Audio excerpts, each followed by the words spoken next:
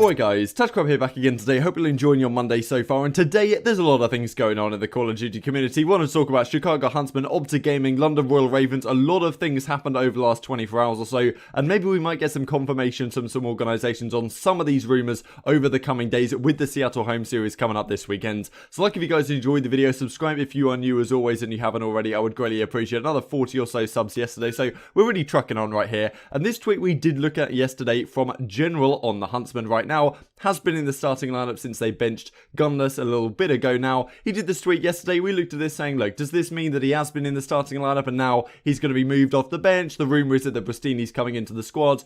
We looked at this tweet and said maybe that's what's going on here, but of course you can't really imply anything. However, this comes out yesterday from Crone at CDL Intel. A couple of interesting points here to discuss. The first of all being the potential new coach for the OpTic Gaming Los Angeles team. So as you can see in this image right here, and there's a couple of things to discuss, I imagine this image has come from whoever has been, neutral hosting their scrims, I suppose. So because these scrims weren't streamed, which is a key point we'll get into in a second. But you see down here, GLA trial. The other day they released Pac-Man, did OpTic Gaming from the contract. He talked about that in quite some length on the podcast. A really interesting effect. Didn't go into it in too much detail, but he says quite a lot of stuff about exactly how that went down. He wasn't really happy about it at all.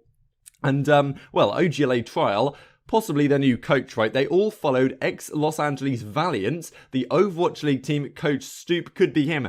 This is interesting, right? Because I'm not sure if they got rid of him or they fired him or whatever. But as you can see in this image, Marky B, Kenny, TJ, Dashi, Revan all follow this guy, Stoop. So former associate head coach of LA Valiant. So if this is indeed the case, that'd be pretty crazy. They're, getting rid of Pac-Man, bringing in a former Overwatch League coach to follow the Call of Duty stuff. That'd be incredible because, as Pac-Man said in the podcast, he said that when MattG phoned him up to say what was going to happen, MattG used the words, "We're moving in a different direction," or something like that, which seems to imply that they're not just getting rid of him with no replacement. Seems like they're moving in a different direction with a different coach, you could argue. Maybe that's what I took from it, but you might not think quite the same. But the second part of this, no confirmation, the top one, is that this image has the account General, right? Which, of course, nobody's surprised about. They've been scrimming with General the last few days.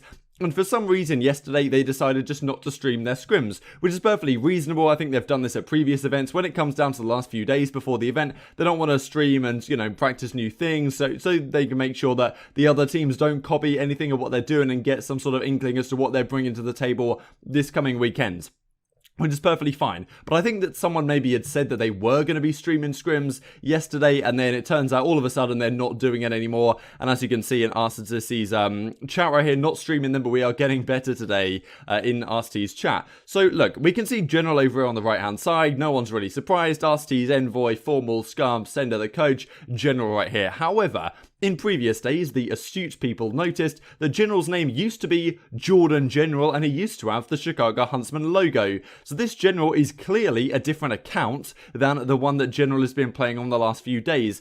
If this was General scrimming with them, why would he use a different account, right? There's literally zero reason why he would want to use a different account, unless this was some elaborate scheme to bait the community into thinking that Pristini's into the squad, which I can't really see a reason why they would be doing. And as you can see by this other image here that Krona replies with, General looks like, let's go into that in a second, General looks like he's a level 1 account on this account, right? Which definitely says that, look, this is a completely new account that is playing with the team. Now, what does this mean, right? If this was General, I don't see any reason why they wouldn't. Something that we've heard in previous, instances of making roster changes, that players who are coming into the team will play on accounts for other players. Like Shawnee was playing on Shane's account or something for a while, and it's happened with other teams as well earlier this season as well. So, with all that being said, is this, what a lot of people are presuming, Pristini playing on an account called General, just to make it look like General's still in the starting lineup before everything gets confirmed, before they then go ahead and make the change official? I said in yesterday's video, like, unless something happens soon, I imagine General would stay in the starting lineup for the Huntsmen. But soon, well, obviously not soon enough, because they make this change, it seems like, and potentially Pristini is scrimming here. No confirmation, of course. This could just be an elaborate scheme, but I just see no reason, right? If General was scrimming with the team still, why he would be using a different account? Because clearly this is a different account, has a different name, it's level 1 as we just looked at. So some people are saying, is this Pristini playing on the account behind the scenes in these like secret scrims?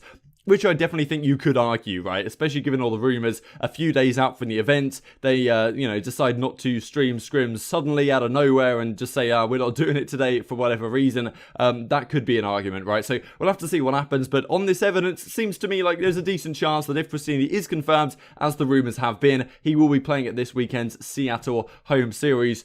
Could be an interesting one, but when things get confirmed, we will talk about that in more depth. The other thing to discuss here is potentially Zer0 to the London Royal Ravens, likely in place of Judd. So I'm sure Zer0 and Enable for a time. Now, of course, he's back on the Seattle starting lineup. But Zer0, after being benched from the New York Subliners, they got rid of him. They brought in Happy. They got rid of Happy. They brought in Center for a bit. They got rid of Center, brought in Mack in. And that's obviously made the change, right? And made the team a better version of themselves, what they were before. Zer0 talked on Spitfire at the time how he never really felt like he was meshing with the players and the chemistry was never there. He always felt like he was going to be the odd one out if any change was to be made on that Subliners squad. So clearly over the last couple of months he's been looking at options, right? Typically he's been a main AR. But one of Zer0's great benefits, I think, really, and great assets as a player, is that he's very, very versatile. We've seen him use the main AR, especially in Infinite Warfare, when he was the best AR at the game at times in Stage 1 playoffs with the NV4 in hands. He's used the Maddox, and then on FaZe Clan last year, sometimes he would, I think it was on Gridlock, he would quite often use the Sorg indeed. So he definitely has a lot of variability to his gameplay. But this change does seem kind of strange to me. I think if you look at the London Royal Ravens as a squad, you could definitely argue that Judd is the weak link right now in terms of pure statistical performance, because they tried to get Nasty in the team as a support SMG, I suppose, to Judd and Dylan, which I think made sense. Didn't really work, so you've had to put Shawnee in instead due to the visa situation that you couldn't get Nasty over there. Supposedly that's what Wuskin has talked about. Of course, you're not going to get rid of Wuskin, Scraps, or Dylan. I think they've been great players. Dylan obviously hasn't been performing to quite the level he was at previous seasons, but he definitely still has the ability to take over games. If there's someone who's underperforming from the level you would expect, it's probably Judd. But Zer0 for Judd, does that make much sense in terms of what roles they play and aggressiveness and all this kind of stuff? I'm not necessarily sure it does, but, we'll have to see how things go. This, of course, is just a rumour for now. And as Crone says, I believe Judd will be staying with London. Could be wrong about that, though. So, looks like it could be another kind of Huntsman situation where Gunless, supposedly, to our knowledge, will stay with the Huntsman and they'll bring Pristini on as well, just because you don't want to give him up to another team necessarily. And maybe there's not many teams in the market for a player like Judd right now.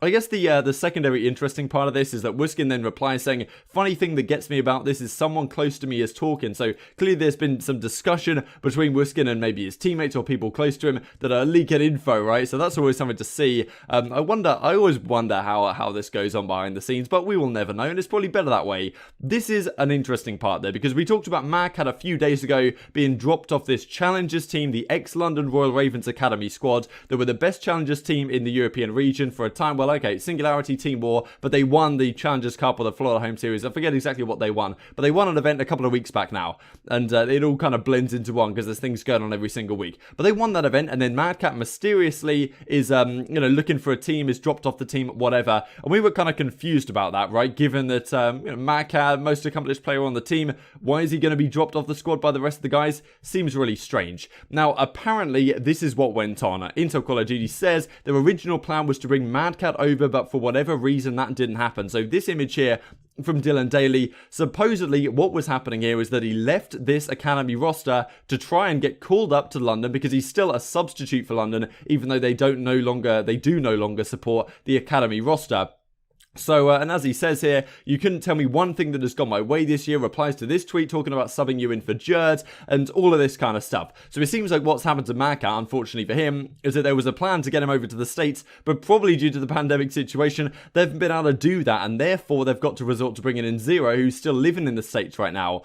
It could be argued, right? They had issues with Nasty with visas, and now MadCat has been called up to the main roster, left his academy team, and then all of a sudden it can't happen. And as he said, off to bed as the unluckiest gamer in COD history, maybe second to Joe. So yeah, that would be really interesting if that happens. Also, just wanted to share this. This tweet from Defrag has since been deleted, but Defrag was the guy who was meant to replace MadCat in that Weeman, Nolson, ex-Royal Ravens Academy lineup. Nasty's still on that team as well. I think it's Linny, Nasty, Weeman and Nolson is the squad. Maybe wrong though. But MattG was meant to be replaced by Defrag, and Defrag tweeted this out a couple of days ago. This tweet no longer exists. It said his account no longer exists, which is strange. Maybe you guys know something more about that than I do. But he tweeted this: "After this weekend is over, I'll be a free agent for the upcoming Challenger events. One day I'll be able to share some of the stuff that happened this year, but that's for another day." So what this seems to me is that they played this weekend with Defrag, and then MattG, potentially after not being able to join the London Royal Ravens and get over there, is coming back into the lineup, and now it's Defrag looking for a team. So it's all sorts of chaos, right? Supposedly that's what's happened, at least trying to put pieces together, but that may not be fully accurate. So yeah, intrigued to hear your thoughts in the comment section below on some of these changes, right? Brustini to Huntsman could be being actioned in the coming minutes here, and well, the coming hours, let's say. And they'll probably continue to scrim off stream for the time being, potentially with Brustini scrimming with them right now. Obviously, that's only a few days of practice for them in advance of the Seattle home series, but it's not an incredible amount of competition here. You've got no Dallas, no FaZe, right? So in theory, at least in terms of power rankings, probably Huntsman are still third right now in most people's estimations, so they probably should be favourite for this upcoming event if they still are gunless in the team. Bringing in Brustini, little time to practice, who knows whether that's going to be the move. So I'm intrigued to see if it does get confirmed over the coming days, because I can't really see why the league would deny this unless there's reasons to do with salary cap and potentially having to pay like luxury taxes to have all those players in your squad being paid that amount of money. That's definitely arguable, and that's maybe why there has been some hold up here, but of course just speculation. And then Zer0 for Jerd.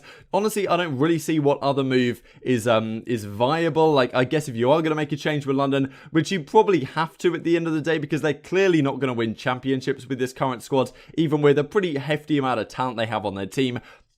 Minus Jerd is probably the move, but in terms of a replacement for Jerd, you probably want a player that's maybe similar to him in terms of role dynamics and caliber, I guess, but maybe is just having a better season than Jerd is, or one of the amateur guys that could step in and fill his shoes, kind of like what Mack has done on the New York Subliners, for example.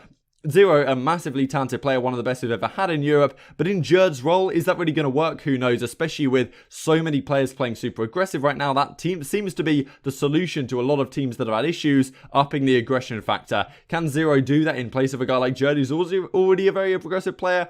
I'm not sure that's clear cut, right? So, look, if you guys enjoyed the video, subscribe if you're new. As always, I would greatly appreciate it. Leave your thoughts down below. Thanks for watching. Stay safe. I'll see you next time.